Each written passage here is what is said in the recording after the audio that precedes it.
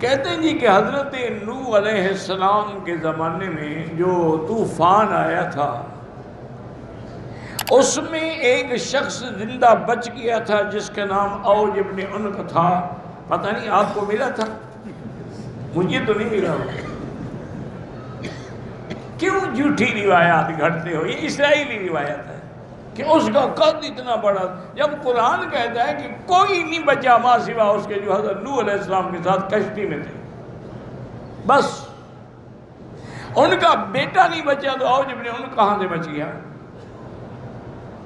صرف ان کو نجات ملی کہ حضرت نوح علیہ السلام کے ساتھ کشتی میں سوار ہو. اس کے باوجود کسی کو بھی پناہ نہیں ملی، حتیٰ کہ ان کا بیٹا جو اونچے پہاڑ پہ چڑھ گیا وہ بھی ڈوب گیا. یہ تو قصے بنے ہوئے ہیں جی، اس کا قد اتنا بڑا تھا اور فلاں تھا. اور لوگوں کو مصیبت یہ بن گئی ہے کہ جھوٹے قصے سننے میں مزہ بڑا آتا ہے. جھوٹے پیروں میں ان کو بڑا مزہ آتا ہے، کیونکہ جو کہیں گے وہ لکھ دے گا نا جی. ایک بزرگ تھے ہمارے، اللہ ان کی قبر پہ کروڑوں رحمتیں فرمائے، بڑے اللہ والے تھے. ایک آدمی آیا، پہلوان ہے، اور انہوں نے کہا حضرت 2 دن کے بعد دنگل ہے اور میری کشتی ہے، تو مجھے توید لکھ دیں کہ میں وہ کشتی جو ہے جیت جاؤں. اور میں بھی تمہارے مقابلے پہ جو پہلوان ہے وہ کسی اور پیر سے اگر توید لے آیا پھر تو توید سے لڑے گا، تم تو نہیں لڑو گے نا.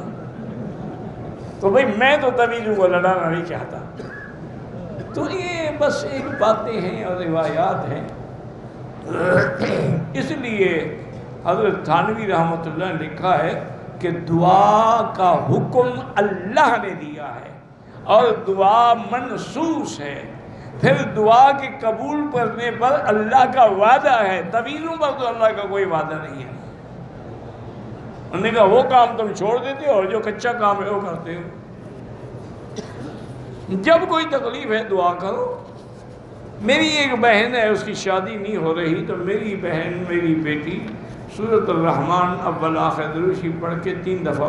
اچھا پھر یہ بات لوگ کہتے ہیں او جی آپ نے بتایا تھا، میں نے 21 دن پڑھا ہے ابھی تک تو میری شادی نہیں ہوئی.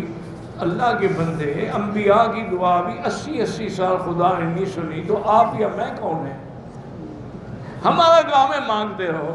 چلو فرض معاذ تمہاری شادی نہیں ہوئی، 3 دفعہ سورۃ الرحمن پڑھنے کا ثواب تو تمہیں روز ملے گا کہ نہیں ملے گا؟ تو اس میں کون سا تمہارا نقصان ہو رہا؟ ایک اور پھر دعا اس لیے منظور نہیں ہوتی کہ یقین کامل نہیں ہوتا. آدمی متذبذب ہوتا ہے، پتہ نہیں ہوتی ہے شادی یا نہیں ہوتی ہے. تو اس کا تو میرے پاس کوئی حل نہیں ہے. جب تک یقین کامل نہ ہو کوئی فائدہ نہیں.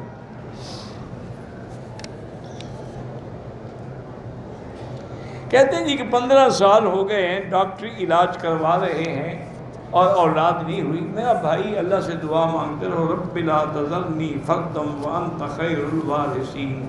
یہ جو دعا ہے نا قرآن پاک میں، یہ دعا بھی مانگتے رہو، علاج بھی کراتے رہو. مجھے نہیں پتا آپ کہاں علاج کرا رہے ہیں. ویسے بہرحال آج کل تو میڈیکل سائنس بہت ایڈوانس ہو گئی ہے. اچھا اب ڈاکٹر انٹرنیٹ پہ آن لائن بھی مل جاتے ہیں. آپ اپنی بیماری لکھیں اور اس کو انٹرنیٹ کھول کے آن لائن کر، فوراً آپ کو جواب آنے شروع ہو جائیں گے. اس لیے کسی اچھے کا علاج کریں. یہ عام ڈاکٹروں سے علاج نہیں ہوتا، نہ ان کے پاس اس کا کوئی علاج ہے. میڈیکل چیک اپ سب ٹھیک ہیں تو پھر وہی دعا مانگتے رہیں، رب لا تذرنی فردا وانت خیر الوارثین. اور بعض علماء نے یہ بھی لکھا ہے کہ سورۃ یوسف پڑھ کے دعا کی جائے تو انشاءاللہ اللہ اولاد دیتے ہیں. میرا بیٹا ہے 5 سال کا ہے، ضدی ہے، اللہ ہدایت دے، اولاد کی صلاحیت کے لیے دعا کیا کرے. ویسے ضدی بچے ذہین ہوتے ہیں، ایسی کوئی بات نہیں ہے. بھائی کی روزگار میں استغفار زیادہ پڑھے. میری باجی پہ تعویذ ہے، جوڑوں میں درد رہتا ہے، مجھے بھی جوڑوں میں درد ہے، مجھ پہ کیسے تعویذ کیے ہیں؟ ایسے ہر بات میں بس تعویذ ہو گئے، تعویذ ہو گئے، کچھ نہیں ہوتا ہے. ان کو کہیں کہ دال چینی کا پاؤڈر بنا کر تھوڑی سی شہد میں ملا کے صبح و شام چاٹا کریں، کوئی تعویذ شویذ نہیں ہے. میری بہت بڑی شوز کی دکان ہے، کسٹمر اتنے نہیں آتے، آپ بھی استغفار زیادہ پڑھا کریں۔ میری بیوی حاملہ ہے، بیٹا پہلے ہوا تھا، وہ بھی بیچارہ بڑا کمزور ہے، اللہ تعالیٰ آپ کو صحیح صحت والی اولاد اور صالح اولاد جو ہے وہ نصیب فرمائیں۔ بس آپ دعا کرتے رہیں، وہ بیوی بھی دعا کرتی رہیں، انشاءاللہ اللہ پاک رحمت فرمائیں گے۔ حرم کے باہر جو لوگ سڑکوں پہ نماز پڑھتے، میرے بھائی اگر صفیں اگلی نظر آئے نماز ہو جاتی ہے، لیکن ایسا کرنا نہیں چاہیے۔ اندر حرم خالی پڑا ہے، لوگ سڑکوں پہ کھڑے۔ اچھا فجر کی نماز پہ آؤ نا، لوگ باہر میدان میں صفوں پہ بیٹھے ہوئے، اندر حرم خالی ہے، دروازے بھی کھلے ہوئے ہیں، رکاوٹ بھی کوئی نہیں۔ ایک عورت لندن سے عمرے کے لیے طواف صفا کرنے کے بعد غسل کیا، کپڑے تبدیل کیے، تقریباً 3 گھنٹے کے بعد خیال آیا کہ بال نہیں کٹوائے، پھر بال کٹو، عمرہ ہو گیا، ٹھیک ہو گیا، کوئی دم شم بھی نہیں ہے۔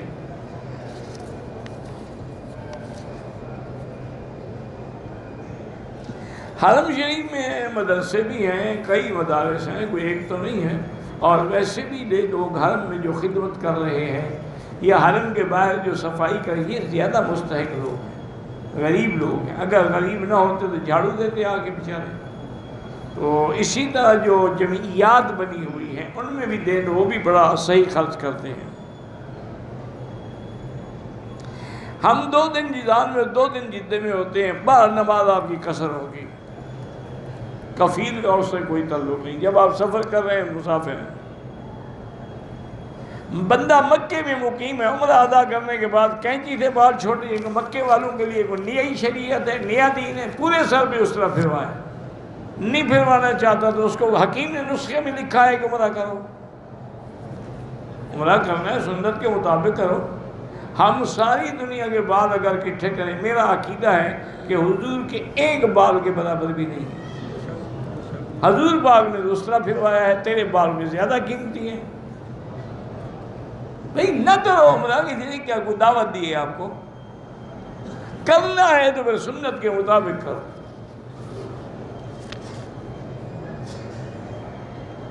اگر ایک سے زیادہ طواف کر لیں پھر بعد میں 2 رکعت پڑھیں، بالکل وہ بھی جائز ہے۔ ہم جتنے سے حاجیوں کو ملنے کے لیے مکے آتے ہیں، کوئی عمرے کی ضرورت نہیں ہے۔ میں نے 2 عمرے کیے ہیں، اللہ قبول فرمائے، دعا کریں، بیٹی کی شادی کی، میں نے ابھی بتایا ہے، انشاءاللہ آپ کرتے رہیں، اللہ نیک صالح اولاد عطا فرمائے۔